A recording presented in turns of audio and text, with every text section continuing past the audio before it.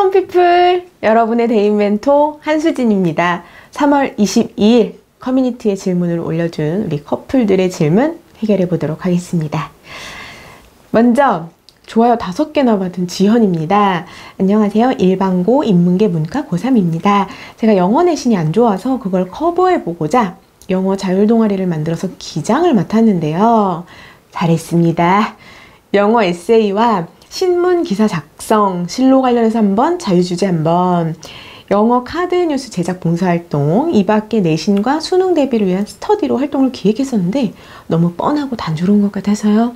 에세이 쓰기는 정규 수업 때도 여러 번 했고 부족한 내신을 보충할 수 있는 좋은 활동이 없을까요? 제가 희망하는 학과는 신문방송학과, 영상학과입니다. 했습니다. 일단 여러분 고3의 자율 동아리는 목적이 명확해야 됩니다.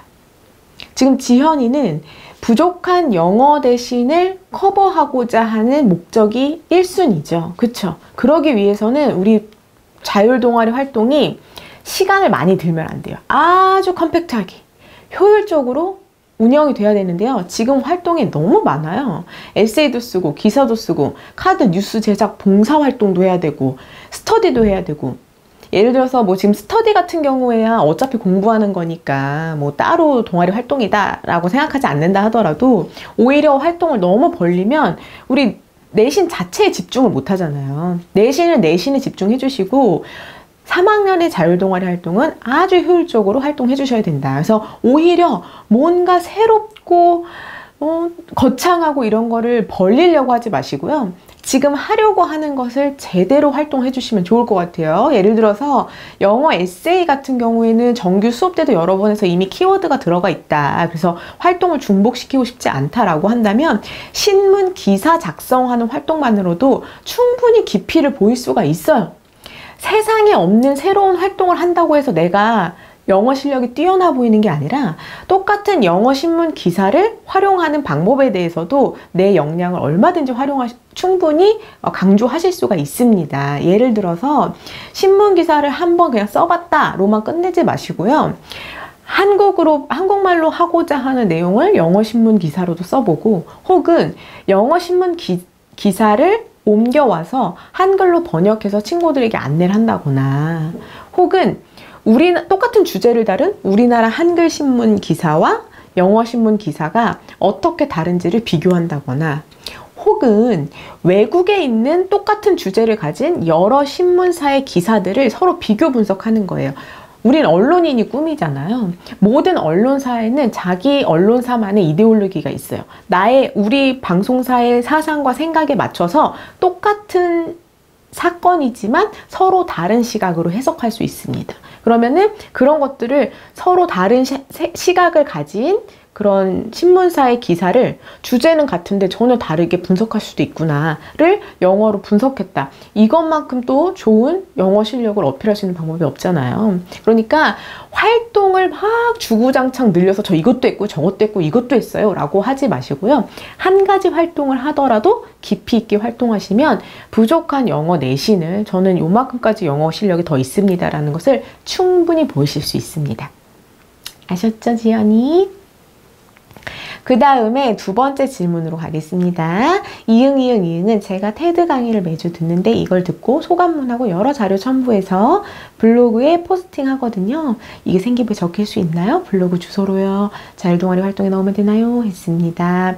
이 친구는 사실 라이브 방송에서 질문을 한번 답변해 드렸는데 또 커뮤니티를 보고 또 궁금해하는 다른 친구들이 있을 수 있으니까, 일단은 블로그 주소라든가 뭐 유튜브 주소라든가 학생이 직접 활동했던 자료가 올라가 있는 그 주소를 생기부에 그대로 적어주는 선생님도 계시지만 사실 대학에서는 그것을 일일이 다니면서 또 확인하지 않아요. 왜냐하면 대학에서는 원칙적으로 학교생활 기록부와 자기소개서 혹은 교사추천서 등등 정해진 제출서류 이외에 추가 서류를 받지 않습니다. 그래서 학생들 거를 일일이 찾아다니면서 추가 서류처럼 그 포트폴리오들을 다 확인하지 않아요. 기본적으로는. 그러나 나중에 그것이 또 추가적인 확인의 의미가 있는 경우에는 뭐 학교를 찾아가거나 증빙서를 본다거나 하는 경우 있을 수 있지만, 그것이 쓰여 있다고 해서 일일이 다 찾아다니면서 먼저 보는 건 아니고요. 그래서 기록은 가능하지만 그것을 대학에서 뭔가 그걸 다 찾아와서 봐주겠지라고 생각하는 것은 거기까지는 가지 않을 수 있다. 그다음 두 번째로 말씀드렸던 것은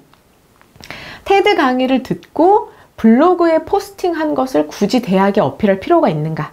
나는 테드 강의를 듣고 매주마다 소감을 냈다는 것이 직접 활동을 해서 학교 선생님께서 그게 자율 동아리든 진로 활동이든 어딘가에 혹은 뭐 영어 강의를 들어서 뭐 영어 세특이라든가 어딘가에 선생님께서 그것을 확인하셔서 공식적인 자료인 생기부에 기재를 해주신다면 그것만으로도 대학은 이미 신뢰할 수 있는 자료이기 때문에 굳이 블로그에 포스팅한 내용 자체를 생기부에 넣을 의미가 있는가는 고민을 해주셔야 됩니다. 왜냐하면요, 블로그 포스팅 뭐 유튜브 주소 여러분 써보세요. 글자 수 되게 길어요.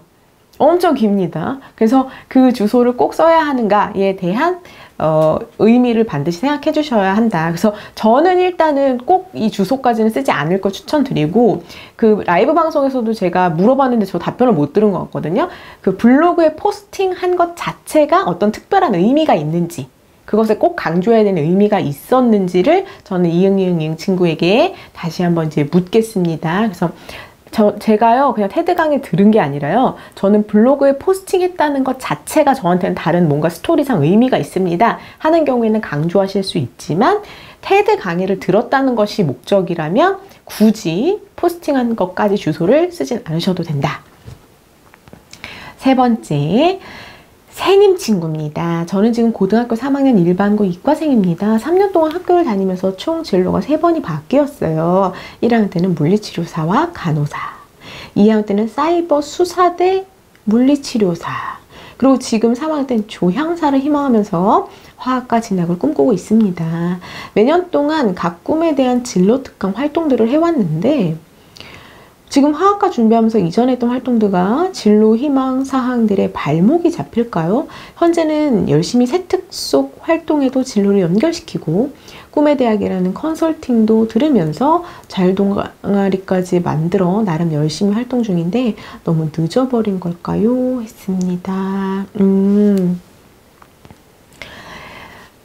일단은 첫 번째, 3년 동안 진로가 내내 바뀌었다. 그거 자체에 대한 감점은 전혀 없습니다. 대학에서는 3년 동안 진로가 바뀌었다는 사실만으로 감점하는 일은 없어요. 없습니다. 일단 첫 번째고요. 두 번째, 새님이 지금 고민해야 되는 것은 뭐냐면 3년 동안 진로가 바뀐 것에 대한 불이익이 전혀 없기 때문에 1학년 때 2학년 때 조향사가 꿈이 아니었던 것에 대해서 발목 잡힌다고 생각하시면 안 되고요.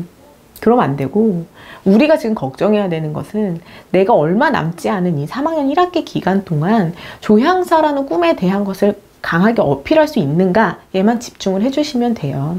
해주시면 됩니다.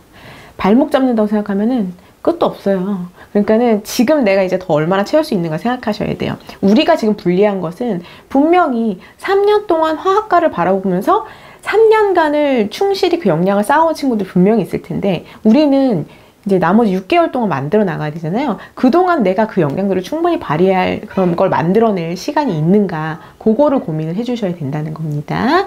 그 다음에 두 번째는 1학년 때 물리치료 간호사, 2학년 사이버스대 물리치료사 활동을 하면서 꺼내왔던 역량을 3학년 때 연결시켜야 돼. 예를 들어서 화학과랑은 너무 안 어울리는데요, 조향사랑은 너무 안 어울리는데, 사실 조향사라는 건 굳이 화학과 안 나와도 할 수 있는 거거든요.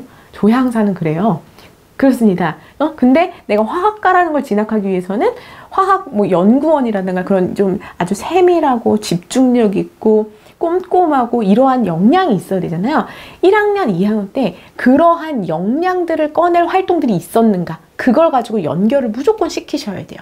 예를 들어서 제가 조향사가 되기 위해서 화학과에서 배우고자 하는 것이 아주 세상에 없는 새로운 그런 물질들을 조합해서 만들어내는 거예요. 그렇다면 1학년, 2학년 때도 뭔가 새로운 것을 자꾸 탐구하려고 했던 역량이 있었는지, 혹은 화학과에서 제가요 아주 0. 몇몇 미리그램이라도 달라지면 뭔가 결과가 달라지기 때문에 아주 꼼꼼해야 된다는 걸 알고 있어요. 그러면 혹시 1학년, 2학년 때 그런 꼼꼼함이라든가 아주 치밀함이라든가 계획을 정확하게 세워서 목표를 달성했던 그런 경험이 있는지. 그렇다면 진로는 다르지만 그 진로를 추구해가는 과정 속에서 길렀던 역량을 끌어다가 우리는 지금 3학년 진로에다가 엮어야 돼요. 제가 여러분한테 늘 얘기하는 게 여러분이 1학년, 2학년 때 했던 활동들이 어디 날아가 버리는 게 아니라 여러분 몸속에 다 축적이 돼 있어요. 아셨죠? 그러니까 새님이도 내가 진로는 뭐 조향사와 1학년, 2학년 진로는 다르지만 그때 길렀던 어떤 역량들, 특성들이 조향사가 되기 위해서 화학과에 가서 공부하는 학생으로서 필요한 역량이라면 막 끄집어 오세요. 끄집어 오십시오.